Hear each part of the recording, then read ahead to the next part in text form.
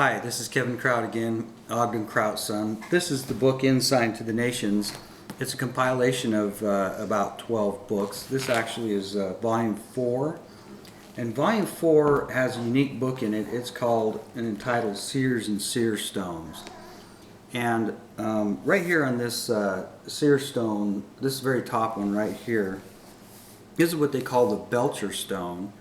And this particular stone was on Joseph Smith's mantle in Nauvoo. When he was killed, Philo Dibble came. Now Philo Dibble also made the death masks of Joseph and Hiram Smith. And what they did was this stone has kind of a hole in it right here. And it's about a little bit smaller than a fist size. And what it is it was a unique stone because Joseph actually used this as well as the green stone, what they call a green stone or chocolate stone. Actually, this was more green, and I guess the other one had more chocolate in it. And the chocolate stone was actually in Joseph Fielding Smith's possession. This particular stone was taken and it was given to the granddaughter of Philo Dibble, who actually was Norman Pierce's wife.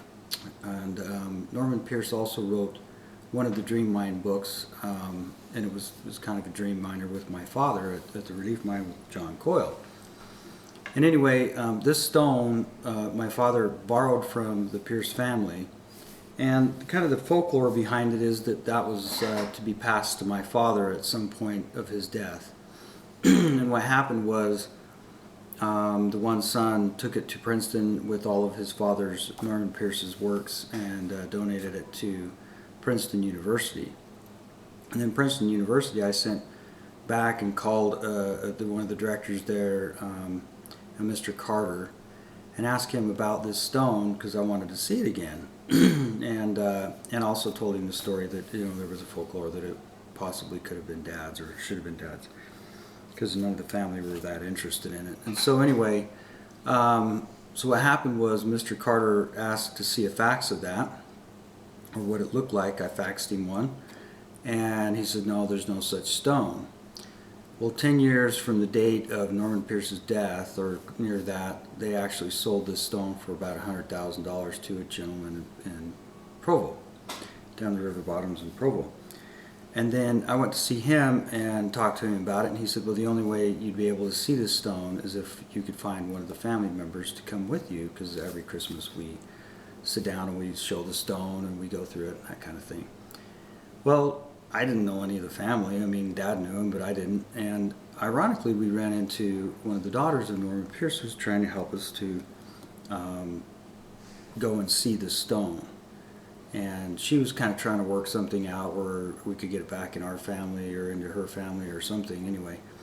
And then not long after that, this past May in 2011, or near there, the stone was given to the church. It was actually in... Okay, so then the stone was actually donated to the church, and the family was a little upset over that because they didn't want it to ever go back into the church's hands. They wanted to make sure it stayed in, a private collection or a private thing. And apparently they said that it couldn't be sold to the church, so the guy actually conveyed it or gave it to the church. And so now that's where the stone is, that particular stone. This stone down here is the stone that Brigham Young carried. It was an interesting stone. It was actually made, it says a bloodstone. President Brigham Young carried this stone on chain when going into unknown or dangerous places. And so that was kind of an interesting stone in and of itself, because bloodstone does have that actual capability of kind of protecting. So I'm going to talk a little bit about Seer Stones. This one down here is Edwin Rushton's stone. That's the one on the very bottom. And that particular stone is actually still in the Rushton family's possession. And so these are probably the only plates that I think were color. They were taken by my father and I found in his private collection of papers and books. Now, an interesting thing when I teach people how to kind of understand how a seer stone works, or different ways that it works, there's two ways that it happens. Number one, it's just the same as like having a vision or a dream. A vision would be an actual open vision. You would be sitting there and all of a sudden it would open up, the veil would come through, you would see this type of a thing. And some seer stones, like when Joseph translated, it would light up or it'd be like an open vision. But other ways it works more like, and most often it works the same as, and seership works this way, as a dream state. And so when I try and explain this to people, how I explain it is I tell them to close their eyes, and then I say, okay, now imagine a white elephant. And so in their mind's eye, they see a white elephant. And I say, okay, have a lion come and stand underneath or by the white elephant. And they do that. And then I said, okay, now have the lion jump over the elephant. And there are some people who right away see the elephant and right away see the lion, and and then there's some people that never see the white elephant, nor can they create a lion. And so that particular response mechanism, and you can actually practice this. This is imagination. This is how it works in your mind's eye. This is that state of dream state. This is how dreams are formulated. This is how they come together. I did a lot of dreaming when I was young, and some were very prophetic dreams, which I'll get into some of those stories later.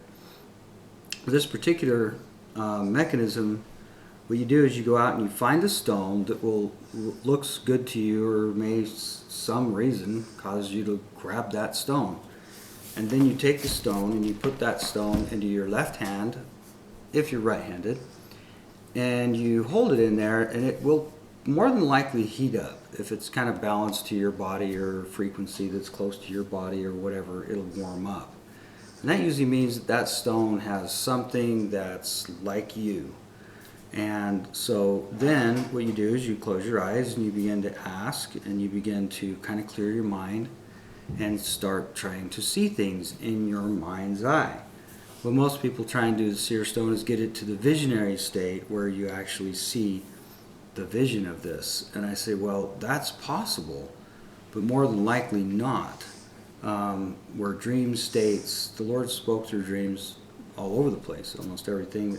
When Jesus was told, where to take, his Father had a way to go, and then he went to another place. It was all by dreams. Lehi, the same thing. They were told different mechanisms were done by actual dreaming or through the dreams. And so dreams are very accurate. They're very, very specific, very clear, and possibly they're not as interrupted as an actual vision, or that there's not equal time given to the devil from a vision. Once you have a vision, like Joseph, he had equal time with the dark side, equal time with the light side. And so it's kind of interesting how that works. So it just takes practice, and eventually you can start seeing things. I know seers that don't have to have a seer stone. It's just a mechanism to help them to see things. And then they see all kinds of things. And that's where visions and dreams come from, using seer stones.